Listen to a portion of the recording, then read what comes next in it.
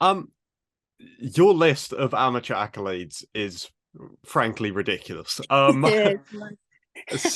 So was there like a moment where you thought this is like the time now for you to turn pro and have your first pro fight? Like you accomplished so much that Yeah. was there one specific thing that you thought, okay, now it's time to turn pro? Not gonna lie, it wasn't even my choice. Like people stopped offering me amateur fights, and everyone kept offering me pro fights, and I was like, just wait, just wait, just wait, and everyone was just like, no, I've got this pro fighter, this pro fighter. So I was just like, might as well turn pro now. But the original plan was to do the IMAF tournaments. That's the best way to turn pro, I think, in my eyes, getting that experience under your belt. So I was due to do the IMAF Europeans last October, but obviously I wasn't eligible to do that because I was too good. Um, basically I do pro Muay Thai, so they said because I did pro Muay Thai, I'm not allowed to do the IMAFs. So I just took that as a sign just to turn pro. Right. Yeah, that's interesting. I never would have thought of that. I can't remember too many people being turned down by IMAF for being too good. So quite a good compliment to have, I suppose. Yeah, yeah, The only other one I can think of was Mo Mokayev, and that's because he went unbeaten in it for so long that they were just yeah, like, exactly. so it makes a lot of sense. If you obviously if you had it your way and you went through the IMAF, Yeah. was the plan still to turn pro this year? Yeah, 100%. If I did went through the IMAS, I would probably have had about 20 amateur fights now. I retired amateur with 11 fights. And the plan was always to turn pro after the IMAS. I think because I achieved so much, not even in my other sports, but in MMA so far, I've had 3 belts. I fought the best in the world already, and I thought I was at that level to turn pro anyways. The IMAF was just a good thing to add on my resume. Hmm. Obviously the debut's coming on Hexagone, which I think is good for the UK. It's easy to watch through the zone, so that's Yeah. like nice and easy for people who want to check that out. I think I heard this from you already in a previous interview, but I assume the plan is to go back to Cage Warriors, which is where a lot of your amateur fights were. Cage Wars Academy, that is. Yeah, I mean, like go back as a pro fighter and fight on their main roster. I assume that that's the path you would prefer to take at some point. Yeah, definitely. Cage Wars was like my home show back in amateur, and I've have a lot of love for them. But even the big Cage Warriors, that was one of the main routes that I wanted to take, and a lot of people do take. And I actually got an offer for Cage Warriors to fight on Cage Warriors Pro, but I kind of turned that down. Um, Me and my manager, we spoke, and we kind of turned that offer down because it was for contract. And right now, we don't really want to get tied into any contracts. Mhm. We kind of want to float around and get as much wins as possible and go on to something bigger next year. So even with Hexagon, I'm not signed for Hexagon. So it's like I can fight this fight in Hexagon and fight somewhere else 2 months later or even a month later. Nothing's really tied down. I'm not tied down to anywhere. So I think that was the best plan for me. But if Cage Warriors do offer me a one-off fight, I would definitely 100% take it. But I think that this is the best route for me. Mm. Again, this is coming from a previous interview, and I can't remember how long ago it was, so you Yeah, might have added more since then. But I believe yeah, in that you said you had 32 amateur like accolades at that point. yeah. That's titles. Yeah, titles. It's is that 32 capped now? There haven't been any more since then. No, there hasn't been any more since then. I've won Is stuff, other stuff but yeah, that's titles. is there one that stands out that like means the most to you?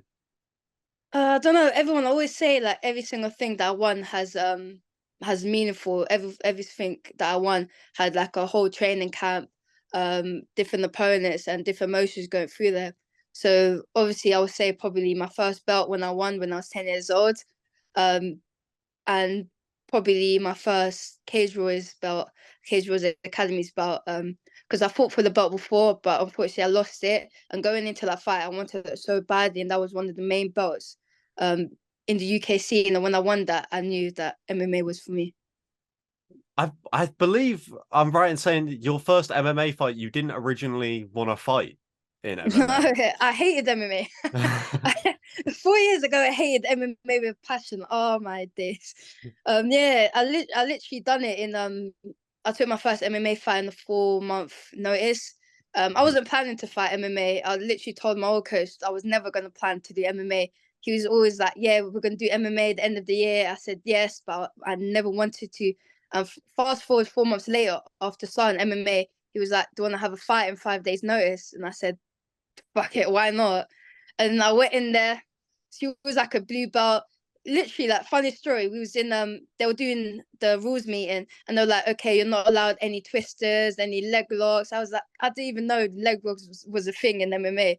Like everything they were saying was buffed. I was such a noob in MMA, and I literally just went in there and just kicked her in the face and TKO'd her in the first round. I remember hearing you say I've never heard a fighter say this ever.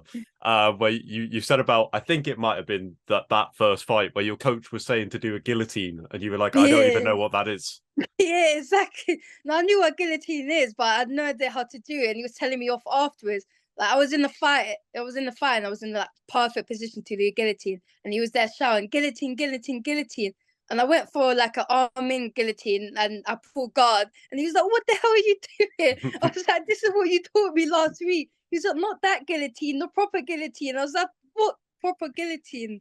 Like I've started MMA like 6 months ago. I'm buff. But I won the fight anyways. Yeah, I mean the old saying, stick to what you know. Front kick to Yeah, the face exactly. works pretty well a Exactly. lot of time. You kind of like became known for that as well. Like that was like Yeah. an early thing of front kicks to the face, which Yeah, literally. it became like a thing that people expect from you at some Yeah, point in the like fight, right? even in my fight last March in Cage Warriors Academy, it came up to like the third round and everyone was screaming in the crowd, face teep, face teep, face teep. And I was like, not right now. And they're like, face teep, face teep. I was like, not right now, because her whole face was bloody and I don't really want to kick her in the face. And her face was bloody. But they were like, face teep. So I was like, yeah, why not? And I done it and the whole crowd exploded. It was sick. That's such a strange thing for a crowd to chant, but fair play.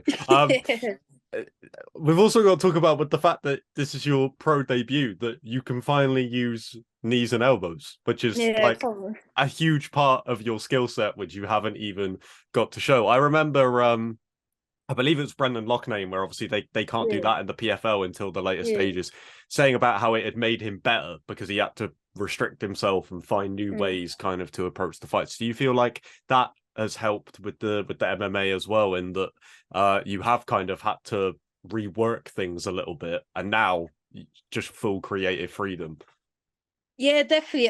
Especially like in Muay Thai. Obviously I've done pro Muay Thai before, so I'm used to throwing elbows and I'm used to throwing knees to clinch. Like even if you watch some of my amateur fights, you can see in certain positions I get into perfect positions to knee someone in the head or to elbow, and I'm always wary of those situations.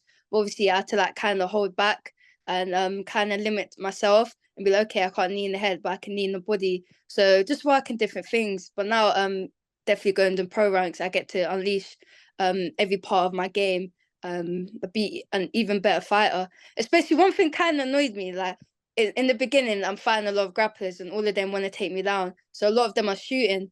And like, the one thing I always said, if I could just knee them in the face when they shoot, that would be make life so much easier. Like even just a threat, and you Mm. don't get an amateur, but now in pro, you can just threaten, and it just makes them second guess shooting a little bit more, and that makes such a big difference. Yeah, I bet. I really hope that the teep to the face continues for the rest of your career. I hope that that Yeah, is we'll an see. We'll ongoing find thing. out. I can't imagine a UFC crowd shouting that in the third round, Yeah, but I kind of want to exactly. experience it.